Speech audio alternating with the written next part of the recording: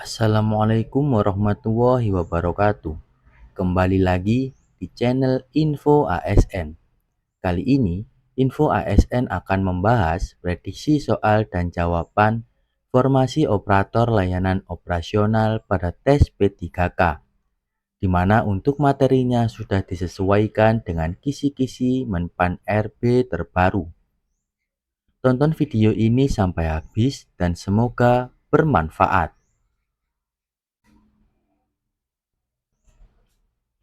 Berikut ini adalah materi pokok untuk formasi operator layanan operasional. Kalian bisa pause video ini untuk bisa membacanya dan mempelajarinya lebih lanjut. Sekarang langsung saja kita ke contoh soalnya.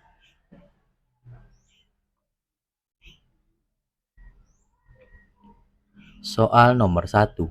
Berikut ini yang merupakan fungsi utama buku kendali bagi operator layanan operasional adalah: A. Sebagai buku catatan umum yang bisa diisi dengan informasi umum. B.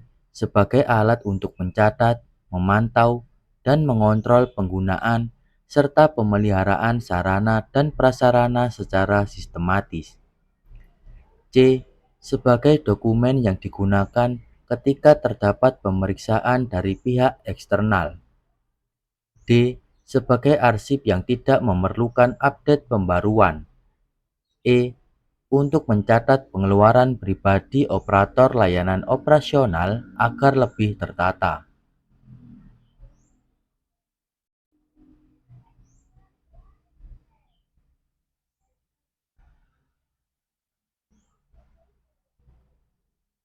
Buku kendali adalah dokumen yang berfungsi sebagai alat pencatatan, pemantauan, dan pengendalian sarana prasarana.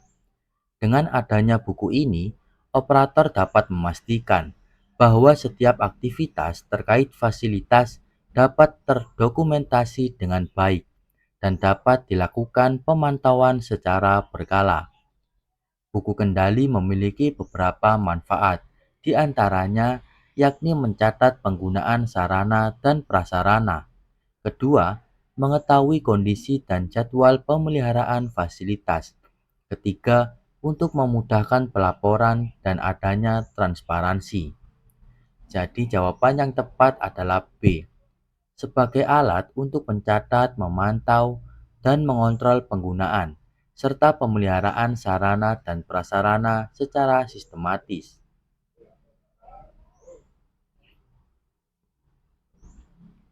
Soal nomor 2. Berikut ini yang merupakan indikator utama yang menunjukkan bahwa suatu sarana dan prasarana memerlukan penghapusan adalah: A. Barang masih dapat digunakan, tetapi sudah melewati masa pakai standar. B. Terdapat pada permintaan dari pengguna tanpa perlu evaluasi lebih lanjut. C. Sarana dan prasarana terlihat usang dan tidak menarik meskipun masih berfungsi. D. Kondisi barang sudah tidak layak pakai dan tidak dapat diperbaiki dengan biaya yang wajar. E. Untuk memberikan ruang bagi barang baru meskipun barang lama masih bisa dipakai.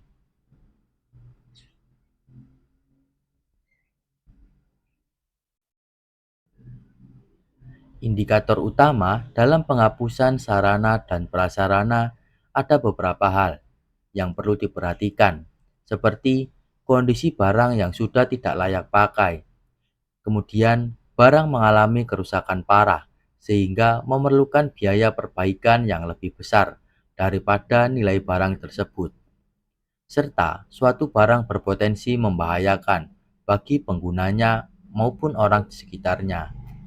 Jadi jawaban yang tepat adalah D. Kondisi barang sudah tidak layak pakai dan tidak dapat diperbaiki dengan biaya yang wajar.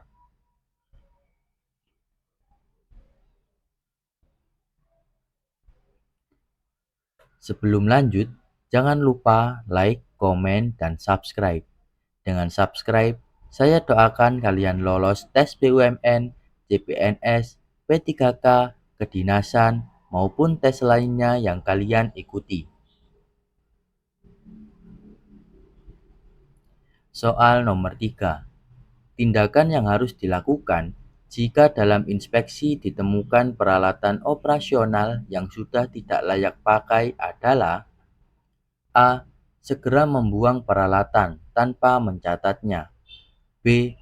Memberikan peralatan kepada unit lain yang masih membutuhkan tanpa memperhitungkan kondisi kelayakan. C. Menggunakan peralatan tersebut sampai benar-benar tidak dapat digunakan kembali. D. Menyimpan peralatan di gudang dengan harapan bisa digunakan kembali. E. Melaporkan kondisi peralatan yang tidak layak pakai, mencatatnya dalam inventaris, dan mengajukan proses perbaikan ataupun penghapusan.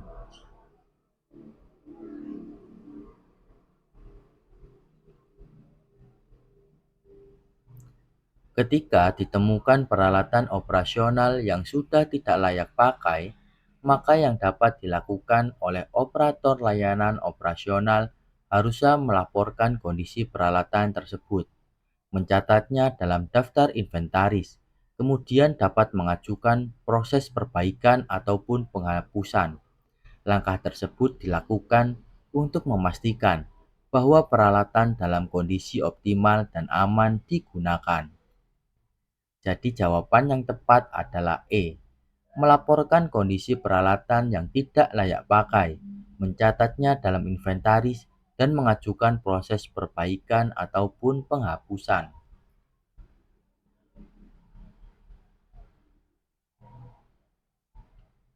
Soal nomor 4.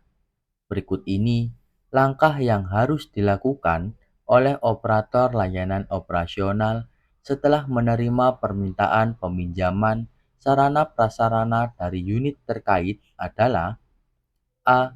Memproses permintaan dengan segera dan mencatat peminjaman jika barang bernilai tinggi. B. Melakukan verifikasi ketersediaan barang serta memastikan kesesuaian permintaan dengan prosedur. C. Mengalokasikan barang berdasarkan daftar permintaan tanpa perlu melakukan pengecekan lebih lanjut. D. Menyetujui permintaan karena peminjaman tidak berlangsung lama. E. Menunda proses peminjaman jika barang yang diminta sedang digunakan tanpa memberikan informasi kepada peminjam.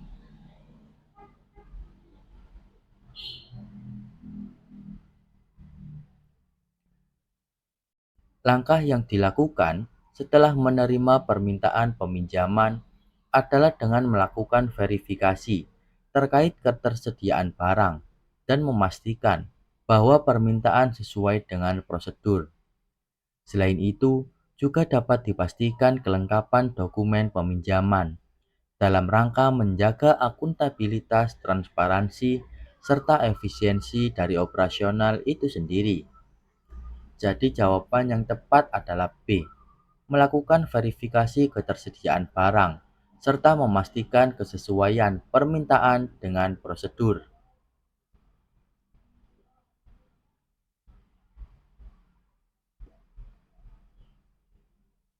Berikut ini yang merupakan manfaat utama dari integrasi kode klasifikasi dan kode pengguna barang dalam konteks operator layanan operasional adalah: A.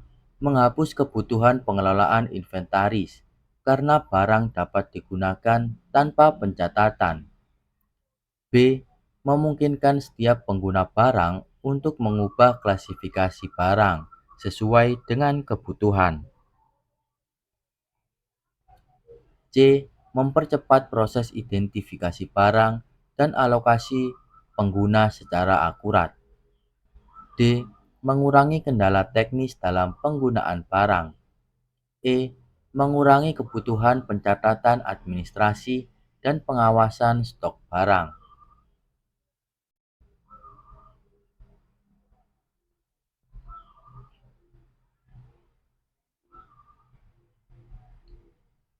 Integrasi kode klasifikasi dan kode penggunaan barang dalam layanan operasional bertujuan untuk mempercepat proses identifikasi barang, memastikan barang dialokasikan ke pengguna yang sesuai, dan untuk meningkatkan efisiensi pengelolaan inventaris. Adanya integrasi ini dapat memudahkan operator dalam memastikan dan mencocokkan barang dengan pengguna yang tepat, mengurangi kesalahan dalam distribusi, serta dapat meningkatkan transparansi dan akuntabilitas dalam operasional. Jadi jawaban yang tepat adalah C, mempercepat proses identifikasi barang dan alokasi pengguna secara akurat.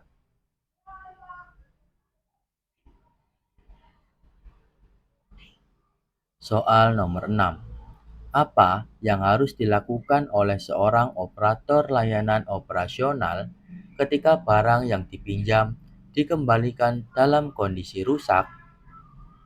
A. Meminta peminjam untuk segera mengganti barang yang rusak tanpa melibatkan pihak lain. B. Memperbaiki barang tersebut sendiri tanpa melaporkannya kepada pihak terkait. C.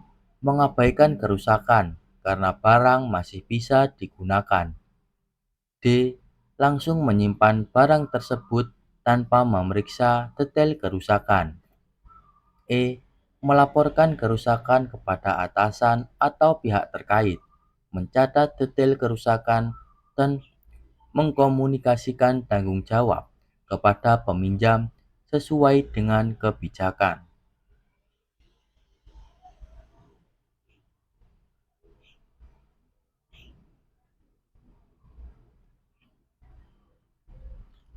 Dalam rangka menjunjung tinggi rasa keadilan, transparansi, serta menjamin keberlanjutan penggunaan sarana dan prasarana, maka langkah yang dapat dilakukan adalah memeriksa detail kerusakan, kemudian melaporkan kondisi kerusakan kepada atasan dan pihak yang bertanggung jawab, yang meliputi informasi biaya perbaikan ataupun penggantian jika diperlukan. Setelah itu, dapat dilakukan tindak lanjut sesuai kebijakan, seperti halnya mengirim barang untuk diperbaiki atau meminta peminjam membuat perjanjian tertentu. Jadi jawaban yang tepat adalah E, melaporkan kerusakan kepada atasan atau pihak terkait, mencatat detail kerusakan, dan mengkomunikasikan tanggung jawab kepada peminjam sesuai dengan kebijakan.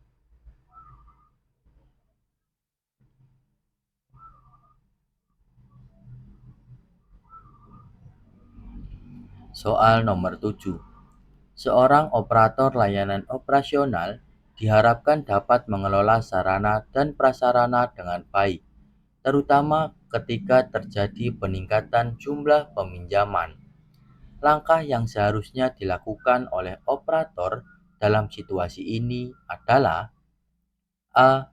Menyediakan pencatatan manual tambahan untuk mengakomodasi peningkatan permintaan. B. Mengurangi jumlah fasilitas yang tersedia agar lebih mudah dalam pengelolaan dan perawatannya. C. Mengoptimalkan jadwal penggunaan sarana dan prasarana dengan sistem pencatatan yang lebih efisien, serta melakukan koordinasi dengan pengguna. D. Memprioritaskan peminjaman bagi pengguna tertentu tanpa mempertimbangkan kebijakan peminjaman yang berlaku. E. Menunda peminjaman bagi beberapa pengguna untuk menjaga kondisi fasilitas tetap baik.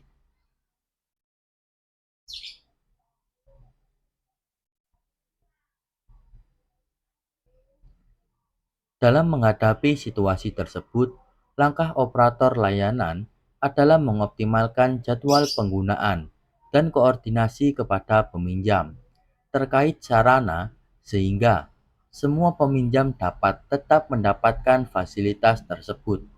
Selain itu, sistem pencatatan secara detail juga diperlukan untuk memastikan bahwa fasilitas digunakan secara optimal dan berkelanjutan sehingga tidak mengganggu operasional ke depannya. Jadi jawaban yang tepat adalah C. Mengoptimalkan jadwal penggunaan sarana dan prasarana dengan sistem pencatatan yang lebih efisien, serta melakukan koordinasi dengan pengguna.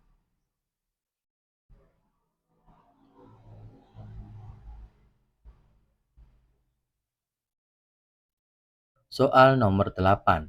Berikut ini yang merupakan tugas seorang operator layanan operasional setelah adanya kedatangan barang pengadaan operasional adalah: A.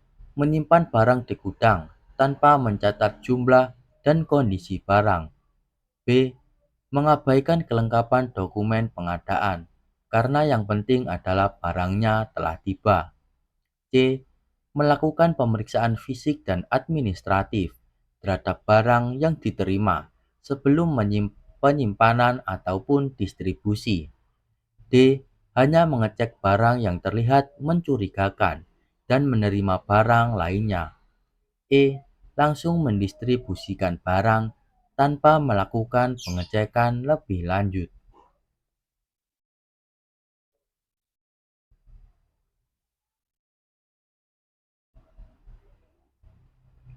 Setelah adanya kedatangan barang pengadaan, seorang operator layanan bertanggung jawab untuk memastikan bahwa barang yang diterima sesuai dengan pesanan dan standar operasional. Adapun langkah yang dapat dilakukan adalah memeriksa fisik barang terkait jumlah maupun kondisi barang. Kemudian, kedua, memverifikasi dokumen pengadaan seperti halnya faktur dan surat jalan. Ketiga, melakukan pencatatan inventarisasi. Keempat, melapor jika ada ketidaksesuaian antara barang yang diterima. Kelima, melakukan penyimpanan ataupun pendistribusian.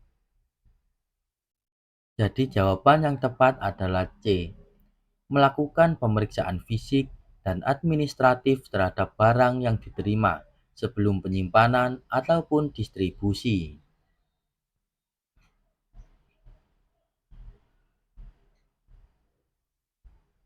Terima kasih sudah menyimak video ini hingga akhir. Kurang lebihnya mohon maaf dan semoga bermanfaat.